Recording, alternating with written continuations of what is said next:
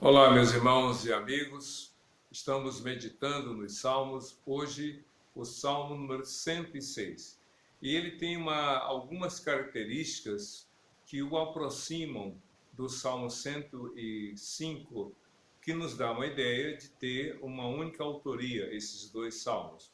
O Salmo 105, como nele já meditamos, faz uma retrospectiva da ação de Deus na libertação dos hebreus do Egito e como Deus proveu todo o cuidado, a alimentação e proteção durante a travessia pelo deserto até chegar na terra prometida e também dando-lhes vitória contra as nações inimigas.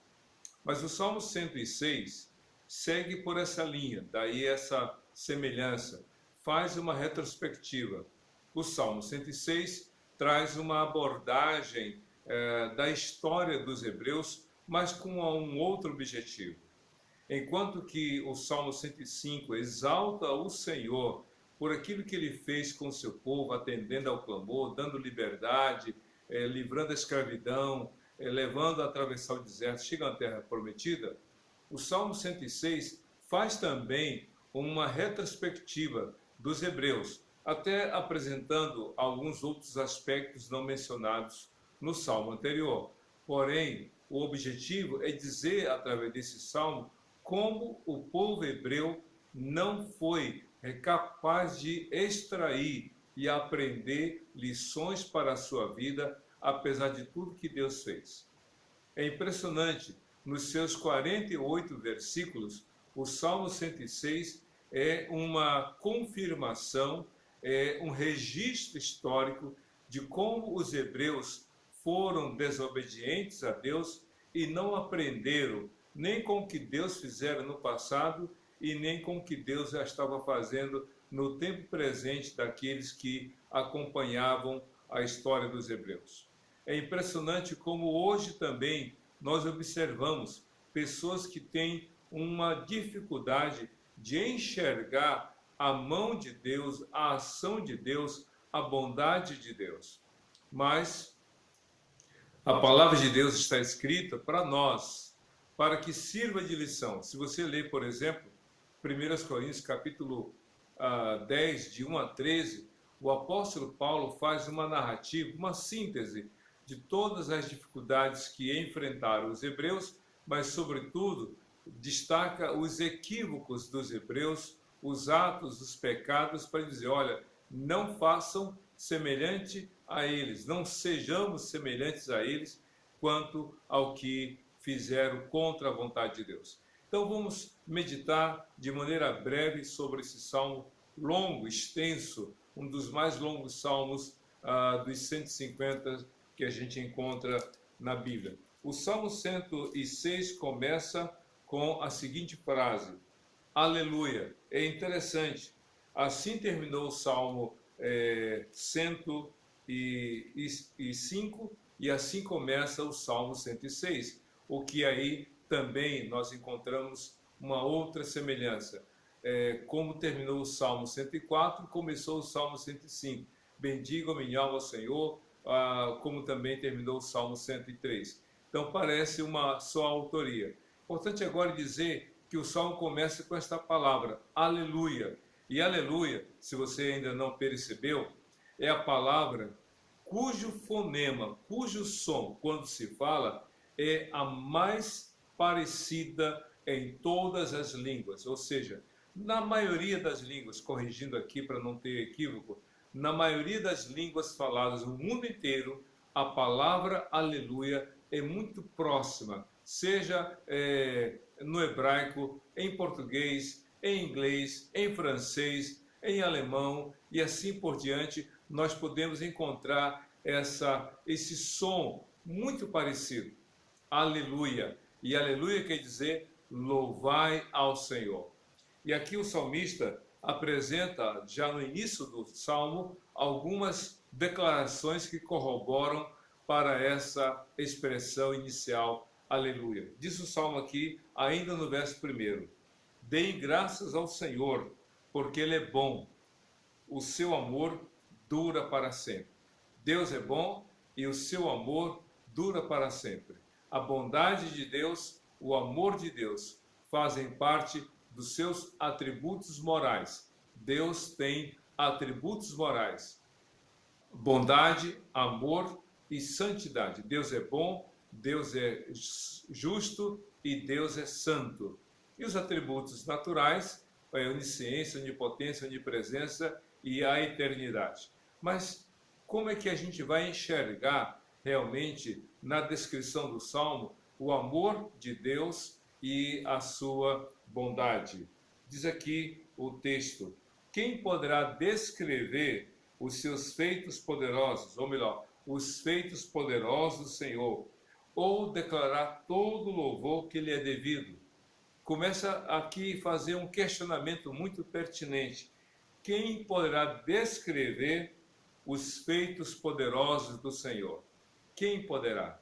O salmista, em alguns salmos, diz assim: eu quisera contar todas as bondades do Senhor, mas é demais para mim. Nós vamos ver isso também nos salmos seguintes. O salmista diz: eu não consigo descrever tudo aquilo que Deus fez e Deus tem feito. É interessante, o escritor do livro de João, o próprio Evangelho, o Evangelho de Jesus segundo escreveu João, no capítulo 20, diz assim no último versículo: e Jesus fez muitos sinais, mas estes que estão registrados no livro de João foram escritos para que vocês saibam que ele é o Salvador e vocês crendo tenham a vida eterna. E no último versículo do capítulo 21 do mesmo livro, João, o escritor fala: Jesus fez muitos milagres, mas se todos fossem contados ou escritos, não haveria livro em quantidade suficiente para registrar. E olha que Cristo só exerceu por 3 anos o ministério terreno. Se por 3 anos Cristo fez coisas que não poderiam ser enumeradas, imagine Deus, a partir de Adão até os nossos dias, quantos feitos maravilhosos Deus tem realizado. O salmista diz: não dá para descrever. E ele continua: quem poderá declarar realmente o louvor que lhe é devido? Não dá, é impossível. Mas se não é possível você contar tudo aquilo que Deus tem feito de forma extraordinária, que você reconheça na sua vida o que Ele tem feito e que você dê graças a Ele de todo o seu coração. O verso 3 diz assim: como são felizes os que perseveram na retidão, que sempre praticam a justiça. Como é feliz, ou melhor, como são felizes os que perseveram na retidão. Alguém já falou com muita propriedade: do certo não se pode falar nada, a não ser, acrescento eu, que está certo. Isso mesmo. Para uma pessoa que vive certa, do que se vai falar? Uma pessoa que é verdadeira, que é honesta, que é correta em seus atos, do que você vai falar? Não tem o que falar. Do certo não se pode falar nada, a não ser que a pessoa está certa. Só que nós somos falhos, nós somos imperfeitos. Nós temos que ser corretos e procurar agir com retidão. É isso que Deus espera. Mas até mesmo quando uma pessoa justa reconhece seu erro, ela agrada a Deus ao admitir o erro, se arrepender dos seus pecados e mudar de atitude. Como são felizes os que perseveram na retidão, que sempre praticam a justiça. E continua, aqui o salmista faz um pedido bem pessoal: lembra-te de mim, Senhor, quando tratares com bondade o teu povo. Vem em meu auxílio quando o salvares, para que eu possa testemunhar o bem-estar dos teus escolhidos e louvar-te com toda a tua herança. O salmista faz um pedido, mais ou menos assim: Senhor, quando o Senhor for agir com bondade para com teu povo, me inclua. Lembre-se de mim. Quando o Senhor for fazer algo bom para o teu povo, me inclua. Não se esqueça de mim. O salmista desejava a bondade de Deus, a ação de Deus em favor da vida dele, porque ele cria que Deus também se importava com seu povo e queria fazer o bem para o seu povo. Você deseja o melhor para a sua família? que quando você dobrar os seus joelhos, dizendo, Deus, abençoa a minha família, ou quando o Senhor for agir em favor da minha família, me inclua, Senhor. Quando o Senhor for atender ao clamor do teu povo, Senhor, lembre-se de mim. O salmista queria estar inserido na bondade, na ação de Deus em favor do seu povo. Ah, meus queridos, quantas pessoas ainda não podem usufruir da bondade de Deus, não porque Deus não queira agir de forma favorável para elas, mas essas pessoas não recebem, não são cuidadas por Deus, porque insistem em caminhar na direção oposta da vontade do Senhor. Lembra, o filho pródigo é a história mais maravilhosa em termos do cuidado do pai. Porém, o filho, enquanto esteve longe do pai, não pôde ser assistido, não pôde ser abençoado, não pôde receber a provisão, nem o cuidado do pai. Só pôde receber tudo isso quando voltou para a casa do pai. Você realmente quer ser abençoado por Deus? Renda-se ao Senhor Jesus. Quer viver uma vida de felicidade verdadeira, que nada tem a ver nem com ter e nem com fazer? Então seja de Deus e pertença ao reino dele em Cristo Jesus. E continua aqui o salmista no Salmo 106, verso 6. Pecamos como os nossos antepassados, fizemos o mal e fomos rebeldes. Aqui o salmista se inclui, se ele estava pedindo para ser incluído na bondade e na ação de Deus em favor do seu povo, aqui ele faz uma confissão que também se inclui. Ele diz, pecamos como os nossos antepassados, pecamos como os nossos pais, pecamos como os nossos avós, pecamos como os nossos ascendentes. O salmista, que viveu muitos anos, centenas de anos depois do Egito, ele já fazia parte, o autor do Salmo 106, já estava em outro contexto, em outra realidade, já fazia parte de um reino estabelecido em Jerusalém ou em Samaria. Os detalhes o texto não oferece, mas o fato é que o salmista já estava vivendo há muitos anos depois da experiência no Egito, mas ele se recorda dizendo, Senhor, hoje nós temos pecado como pecaram no passado os nossos ascendentes. Você não é perfeito, meu querido, eu não sou perfeito, só que como o salmista não apontou o dedo para os outros, mas para si mesmo, para dizer, eu sou pecador. Não adianta você falar do erro dos outros, das falhas dos outros, não adianta você apontar o dedo para o pecado do outro, se você também não admite, não reconhece que é pecador. Jesus disse, tire a trave que está no seu olho, para que então você possa ver o cisco que está no olho do outro. Quanta gente está vendo o cisco no olho do outro, mas não vê a trave, aquela madeira enorme na frente dos seus olhos. Deus quer que você admita como o publicano que diz, ser propício a mim, ó Deus, o pecador, na parábola de Jesus contada em Lucas capítulo 18. Nós pecamos como os nossos antepassados, fizemos o mal e fomos rebeldes. Duas palavras aqui muito fortes. Praticamos o mal e fomos rebeldes. Na verdade, as duas palavras se completam, porque só quem é rebelde é que faz o mal. Só faz o mal quem se rebela. Quem obedece a Deus procura fazer o bem. Quem teme a Deus quer se afastar do mal, mas quem se afasta de Deus caminha para o mal e para a prática do erro. Mas qual foi o mal que o salmista aqui declarou que ele cometeu com os seus contemporâneos, semelhantes aos seus ascendentes? Aqui, então, a partir do verso 7 até o verso 48, o salmista faz uma descrição das difíceis experiências que realmente o povo enfrentou, mas que não aprendeu. Os comentaristas do Salmo 106 diz mais ou menos isso. Nenhuma lição foi aprendida. Que coisa! Como é difícil realmente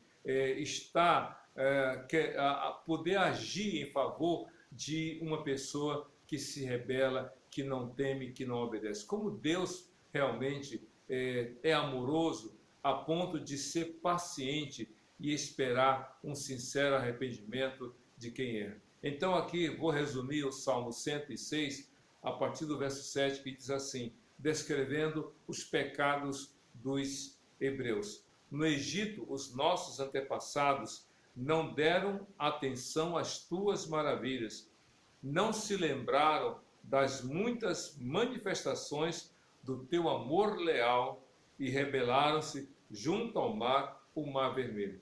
Começa por aí.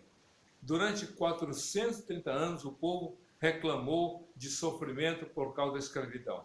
E quando finalmente foram libertos, diz a Bíblia, que antes de atravessar o Mar Vermelho, eles começaram a murmurar, começaram a reclamar, começaram a dizer para Moisés, tu és o culpado, tu nos trouxeste para este lugar, para que nós venhamos a perecer pelas mãos dos egípcios. E disseram mais ainda, bom seria, melhor seria viver como escravo no Egito que morrer nesse deserto. Gente, eles se esqueceram das maravilhas, as 10 pragas que Deus havia lançado sobre os egípcios, muitas delas preservando os hebreus de sofrer os seus efeitos. Ainda assim, rapidamente, eles se esqueceram. Quanta gente durante a pandemia, durante a quarentena, durante o isolamento social, tem reclamado, porque Deus não ama, porque Deus não é bom, porque isso, aquilo, outro, simplesmente porque está passando por um período de dificuldade, já se esquece realmente da bondade de Deus. Como é possível isso? Os hebreus fizeram isso, infelizmente. Diz aqui no verso 8, contudo, ele os salvou por causa do seu nome, para manifestar o seu poder. Se vocês observarem, ao longo do Salmo, o salmista tem um padrão na sua linguagem.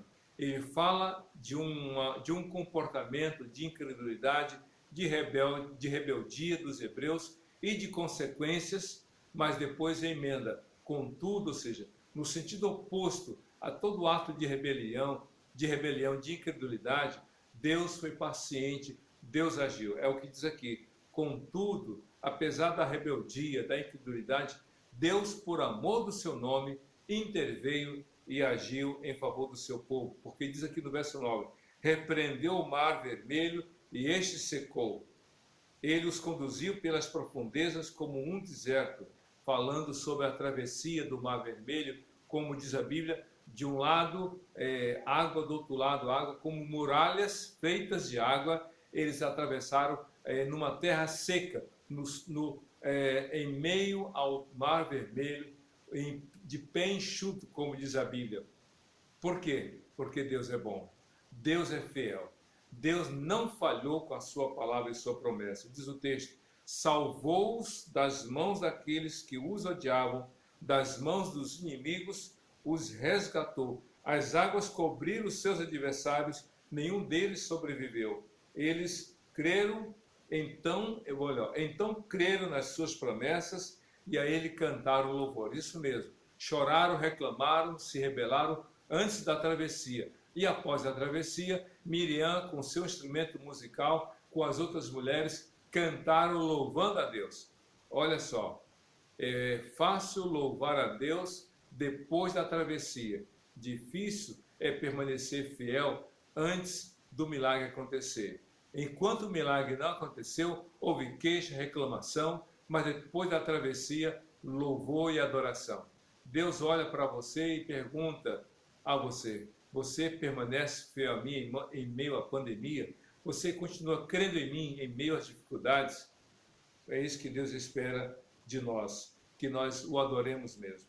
Veja assim no verso 13, mas logo se esqueceram do que ele tinha feito e não esperaram para saber o seu plano. Dominados pela gula no deserto, puseram Deus à prova nas regiões áridas. Deu-lhes o que pediram, mas mandou sobre eles uma doença terrível.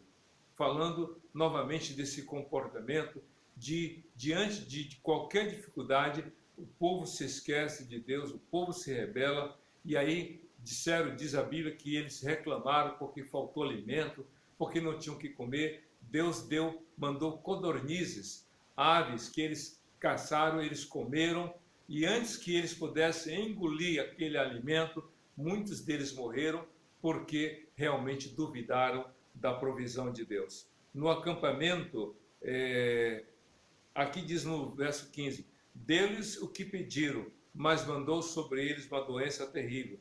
No acampamento tiveram inveja de Moisés e de Arão, daquele que fora consagrado ao Senhor, falando sobre a liderança. Os hebreus, que antes de entrar na terra prometida, quantas vezes eles se rebelaram contra Deus, rejeitando a liderança de Moisés. A Bíblia diz que Moisés foi o homem mais manso sobre a face da terra.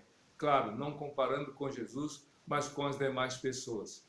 E ainda assim, Moisés teve um momento de perder a tranquilidade, como ele batendo 2 vezes na rocha quando deveria falar. Eles disseram, quem é você, Moisés, para nos liderar? E quem é Arão para ser o nosso guia? Quem é Miriam? Quem são esses? Quem são vocês? Se rebelaram. Diz a Bíblia que por causa desse ato de rebelião, verso 17, a terra abriu-se, engoliu Datã e sepultou o grupo de Abirão. Fogo surgiu entre os seus seguidores, as chamas consumiram os ímpios. Em Horebe fizeram um bezerro, adoraram um ídolo de metal, trocaram a glória de Deus, ou melhor, a glória deles, pela linguagem ou pela imagem de um boi de capim que come. Veja só, vou ler novamente. Trocaram a glória deles, falando de Deus, pela imagem de um boi que come capim. Falando aqui de 2 episódios, Datã e Abirão se rebelaram contra Deus e a terra os devorou e a todos seus seguidores. E hoje, no Instagram, no Facebook, é comum a gente no Twitter ter os seguidores. Mas a pergunta é, a quem você está seguindo? Aos que se rebelam? Aos que se insurgem contra o Senhor, contra a palavra? Os que falam impropérios contra Jesus? A quem você está seguindo? Porque, na verdade, você tem que escolher seguir bons exemplos. Aqui, eles não seguiram Moisés e Arão, que eram os líderes do Senhor. Ao contrário, os hebreus muitas vezes resolveram seguir os incrédulos, os infiéis. Diz a Bíblia, trocaram a glória, deixaram de adorar a Deus e passaram a adorar um boi que come capim. Como assim o Deus que fez os céus e a terra foi trocado por um boi, uma imagem de boi que come capim? Tem gente que está se rebelando contra Deus, mas se ajoelhando, se dobrando diante de imagens feitas pelos homens, que estão adorando mais a criatura do que o Criador, que é bendito eternamente, amém, como falou o apóstolo Paulo em Romanos capítulo 1, de 18 a 32. Não faça isso, meu querido, não repita esse comportamento, minha querida, adore só o Senhor, adore só o Senhor Jesus. Diz aqui a Bíblia, esqueceram-se de Deus, seu Salvador, que fizera coisas grandiosas no Egito, maravilhas na terra de Cã e feitos temíveis junto ao Mar Vermelho. Por isso, ele ameaçou destruí-los, mas Moisés, seu escolhido, intercedeu diante dele para evitar que a sua ira os destruísse. Novamente fazendo aqui esse contraponto. O povo se rebelou, mas alguém se levanta para interceder, para clamar, e a gente vê aqui Moisés, ainda que contrariado, ou melhor, ainda que rejeitado, Moisés, ainda que não sendo aceito por todos como líder, no momento da dificuldade dos hebreus, ele intercedeu e clamou, dizendo, Deus, não destrua este povo. Moisés chegou a dizer, ou o Senhor vai conosco, ou não vou arredar o pé, dizendo assim, nós dependemos do Senhor, nós precisamos, se o Senhor não for, não sairemos daqui, nós dependemos. Você e eu dependemos do Senhor, permaneça fiel a Ele, não repita o comportamento dos hebreus que deixaram de confiar no Senhor. Interessante, no verso 24, também rejeitaram a terra desejável, não creram na promessa dele, queixaram-se em suas tendas e não obedeceram ao Senhor. Assim, de mão levantada, ele jurou que os abateria no deserto e dispersaria os seus descendentes entre as nações e os espalharia por outras terras. E aí diz a Bíblia que realmente muitos dos hebreus que saíram do Egito pereceram no deserto por vários motivos, um deles a incredulidade. E tem um outro episódio, no verso 28 do Salmo 106, diz assim: sujeitaram-se ao jugo de Baal-peor e comeram sacrifícios oferecidos a ídolos mortos. Provocaram a ira do Senhor com seus atos, e uma praga irrompeu em meio deles, ou no meio deles, falando daqueles hebreus que aceitaram a proposta de Balaque induziu os hebreus ao erro. Como assim? Ele enviou as jovens e os jovens para seduzirem os hebreus, e os hebreus se envolveram em prostituição, em adoração a Baal-peor, se prostituindo, fazendo tudo aquilo que era contrário à palavra do Senhor. E Deus, diante desse ato, mandou uma praga e muitos pereceram. Mas a nação que estava em formação não foi destruída. Por quê? Mais uma vez alguém intercedeu. Diz aqui no verso 30, mas Finéias se interpôs para executar o juízo de Deus, e a praga foi interrompida. Isso lhe foi creditado como um ato de justiça, para sempre será lembrado por todas as gerações. Finéias, filho de Arão, interveio diante daquela praga, ele agiu, e isso lhe foi agradável aos olhos de Deus. Deus aprovou o ato de Finéias e o separou com toda a sua família para serem sacerdotes na presença do Senhor. Mas, continuando nos equívocos dos hebreus, diz aqui no verso 36 a 34, no verso 34 do Salmo 106, eles não destruíram, aqui no verso 32, corrigindo, provocaram a ira de Deus junto às águas de Meribá, e por causa deles Moisés foi castigado. Rebelaram-se contra o Espírito de Deus, e Moisés falou sem refletir. Falando naquele momento em que ele já, no limite de sua capacidade de suportar tanto ato de rebeldia, ele se revoltou e bateu 2 vezes contra a rocha e não falou como Deus esperou. Saiu água, mas por esse ato de desobediência e por não ter honrado ao Senhor diante do povo, Moisés também não entrou na terra prometida. No verso 34, eles não destruíram os povos como o Senhor tinha ordenado. Em vez disso, misturaram-se com as nações e imitaram as suas práticas. Prestaram culto aos seus ídolos e se tornaram uma armadilha para eles. Sacrificaram seus filhos e suas filhas aos demônios, derramaram sangue inocente, o sangue de seus filhos e filhas, sacrificados aos ídolos de Canaã, e a terra foi profanada pelo sangue deles. Falando o seguinte, quando eles entraram na terra prometida, não fizeram o que Deus esperava. E qual era a expectativa de Deus? Não imitem os pecados das nações, dessas 7 nações que povoam a terra de Canaã. Ao contrário, eu vou expulsá-las à medida em que vocês obedecerem. Mas eles não fizeram isso. Ao contrário, imitaram os comportamentos, adoraram os demônios, sacrificaram seus filhos a Moloque, que era uma divindade, entre aspas, adorada pelos cananeus, fizeram coisas terríveis, até piores do que as próprias nações. E aí derramaram sangue inocente, contaminando a terra que Deus havia separado para eles. Aqui, se aproximando do final do Salmo 106, diz aqui no verso 39, tornaram-se impuros pelos seus atos, prostituíram-se por suas ações. Por isso acendeu-se a ira do Senhor contra o seu povo, e ele sentiu aversão por sua herança. Entregou-os nas mãos das nações, e os seus adversários dominaram sobre eles. Os seus inimigos os oprimiram e os subjugaram com o seu poder. Que coisa! Eles deveriam dominar os seus inimigos, deveriam subjugá-los, deveriam levá-los realmente pelo testemunho a uma vida de fé e obediência ao Senhor. Ao contrário, inverteram o papel, imitaram o mau comportamento e ficaram sujeitos dos seus próprios inimigos. Então veja com quem você anda, veja com quem você partilha as suas coisas, veja a quem você está imitando como exemplo de vida. Por isso que no verso 43 diz assim, ele, falando a respeito de Deus, ele os libertou muitas vezes, embora eles persistissem em seus planos de rebelião e afundassem em sua maldade.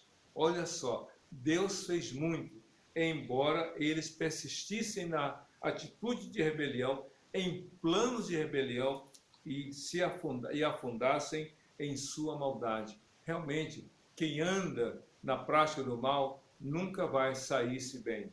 Mas diz aqui no verso 44, mas Deus atentou para o sofrimento deles, quando ouviu o seu clamor. Lembrou-se de sua aliança com eles e arrependeu-se por causa do seu imenso amor leal.